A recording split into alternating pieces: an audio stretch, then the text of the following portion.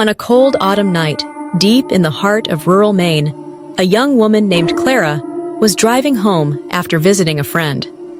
The winding country roads were shrouded in mist, the headlights of her car barely piercing the dense fog. The radio crackled with static, and the only sounds were the rhythmic thump of her tires and the occasional hoot of an owl. As she rounded a sharp bend, she noticed a figure standing at the edge of the road.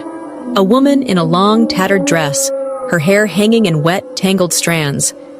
Clara slowed, unsure if the woman needed help, but as she drew closer, the figure turned, revealing hollow, empty eyes and a mouth stretched wide in a silent scream. Panicked, Clara sped off, her heart pounding. When she glanced in the rearview mirror, the woman was gone. Shaken, Clara made it home. But that night, as she drifted into uneasy sleep, she awoke to the sensation of cold fingers brushing her cheek. She opened her eyes to find the same hollow-eyed woman standing at the foot of her bed, her mouth still twisted in that soundless wail. Clara screamed, but the apparition vanished, leaving only the echo of her terror and a chill that lingered for days. Years later, in the bustling city of Chicago, a college student named Marcus moved into a historic apartment building. The rent was cheap, the location perfect, but there were rumors among tenants about strange happenings, whispers of footsteps in empty halls, doors that slammed shut on their own, and the persistent feeling of being watched. Marcus, a skeptic, laughed off the stories. But one night, while studying late, he noticed the air grow inexplicably cold. The lights flickered, and his laptop screen distorted, showing a warped reflection of the room behind him. In the reflection, a shadowy figure stood just behind his chair, its face obscured. Spinning around, Marcus found nothing. The next day, he discovered deep scratches on his bedroom door, marks that hadn't been there before. Over the following weeks, the disturbances escalated. Marcus would wake to find his belongings rearranged, his textbooks stacked in strange patterns, and sometimes faint whispers echoing from the corners of his room. One night, he awoke to the sensation of being held down, unable to move or speak, as the shadowy figure loomed over him. The paralysis broke just as the figure faded, but the fear remained. Eventually, Marcus broke his lease, unable to endure the relentless haunting. Years later, he still shivers when he recalls the cold grip of unseen hands and the feeling of being watched by something that never truly left. In the remote forests of the Pacific Northwest, a group of friends set out for a weekend camping trip. The woods were thick and ancient, the trees towering overhead, their branches knitting together to block out the sky. On the first night, as they sat around the fire, one of them, Jamie, wandered off to gather more firewood. The darkness pressed in, the silence broken only by the crunch of leaves underfoot. Suddenly, Jamie heard a low, guttural growl. She froze, heart racing, scanning the darkness. Out of the shadows, a pair of glowing eyes appeared, fixated on her. Thinking it was a wild animal, Jamie backed away slowly, but the eyes followed, unblinking. She turned to run, but tripped over a root, tumbling to the ground. As she scrambled to her feet, she caught a glimpse of a tall, gaunt figure emerging from the trees. Its limbs were impossibly long, its movements unnatural, almost spider-like. Jamie sprinted back to camp, breathless and terrified. But when she tried to explain what she'd seen, her friends laughed it off as a trick of the light. That night, as they slept, strange noises echoed through the forest. Twigs snapping, low whispers, and the unmistakable sound of something large moving just beyond the circle of firelight. In the morning, they found deep claw marks gouged into the trunks of nearby trees, and their supplies had been rifled through, scattered across the clearing. The friends packed up and left, but Jamie never forgot the feeling of those eyes tracking her in the darkness, nor the certainty that something ancient and hungry still stalked the woods. These stories, whispered in hushed tones and shared around flickering campfires, remind us that sometimes the things that go bump in the night are more than just figments of our imagination. They are the shadows that linger at the edge of our vision, the cold breath on the back of our necks, the inexplicable terror that jolts us awake in the dead of night. Whether it's a restless spirit haunting a lonely road, a malevolent presence lurking in the safety of our homes, or an ancient creature stalking the forests. These true encounters leave a mark that never truly fades.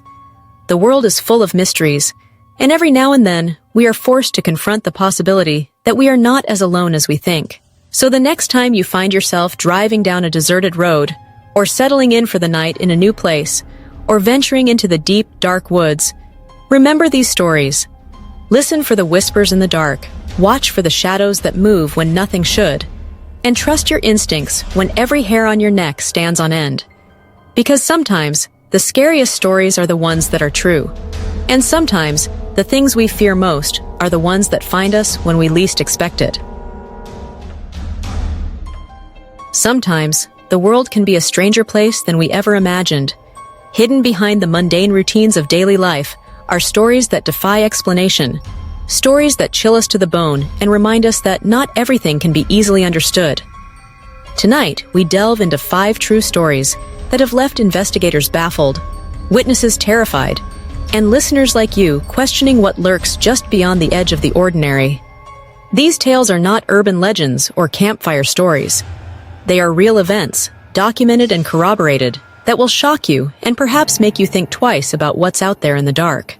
Our first story takes us to the quiet town of Villisca, Iowa, in the year 1912. The Moore family was well respected and lived a peaceful life. On the night of June 9th, they attended a local church event and returned home with 2 young friends who were spending the night. Sometime after midnight, an unknown assailant entered the house. By morning, all 8 occupants had been brutally murdered with an axe. Authorities were stunned. There were no signs of forced entry, and nothing was stolen. The killer had covered all the mirrors and windows, and even prepared breakfast, untouched, before vanishing. Despite a massive investigation and several suspects, including a traveling preacher and a local rival, the case was never solved. To this day, the Villisca axe murders remain one of America's most chilling, unsolved crimes, and the house still stands, said to be haunted by the restless spirits of its victims. Our second story moves forward in time, but takes us to the wilds of the Russian wilderness. In 1959, 9 experienced hikers set out for the Ural Mountains, led by Igor Dyatlov. They never returned. When rescuers finally discovered their campsite, they found the tent had been slashed open from the inside. The hikers had fled into the freezing night, some barefoot, others in minimal clothing, despite sub-zero temperatures. Their bodies were found scattered across the snow, some with inexplicable injuries.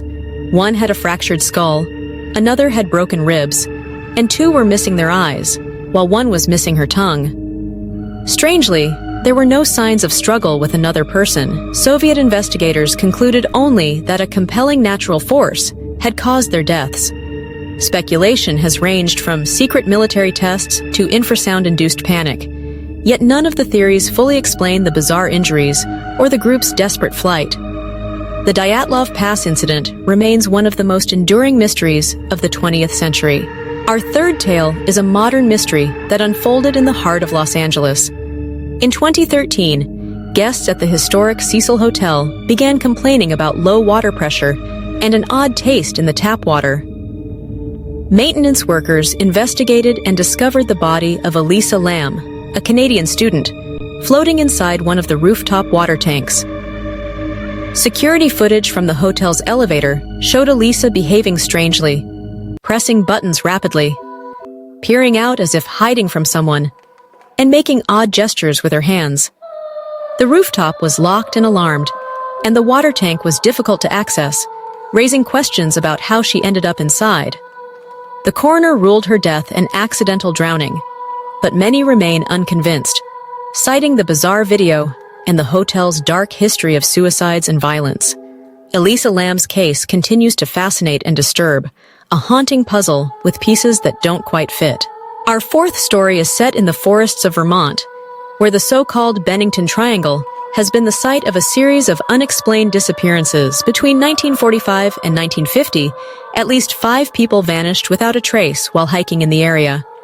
The most famous case is that of Paula Weldon, an 18-year-old college student who set off on a solo hike in December 1946.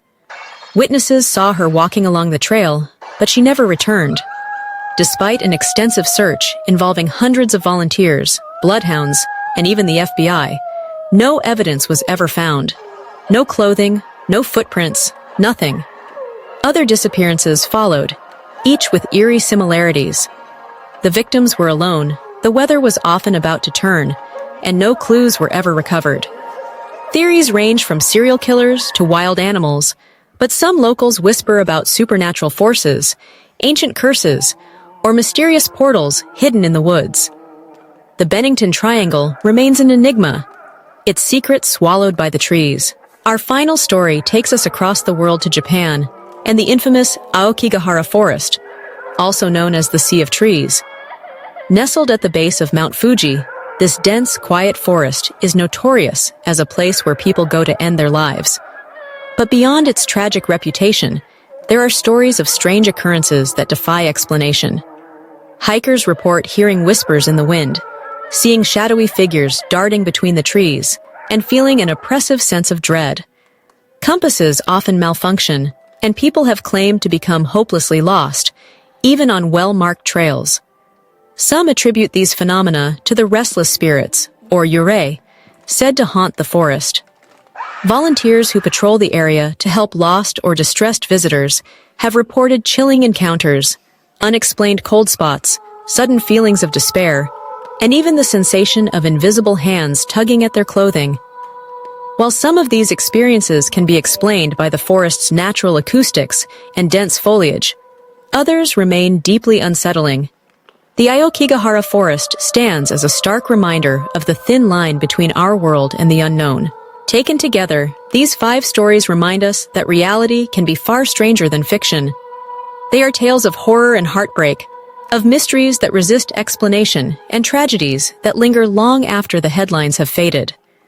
Whether it's the unsolved violence of Villisca, the chilling fate of the Dyatlov hikers, the haunting puzzle of Elisa Lam, the disappearances in Vermont, or the eerie whispers of Aokigahara, each story leaves us with more questions than answers.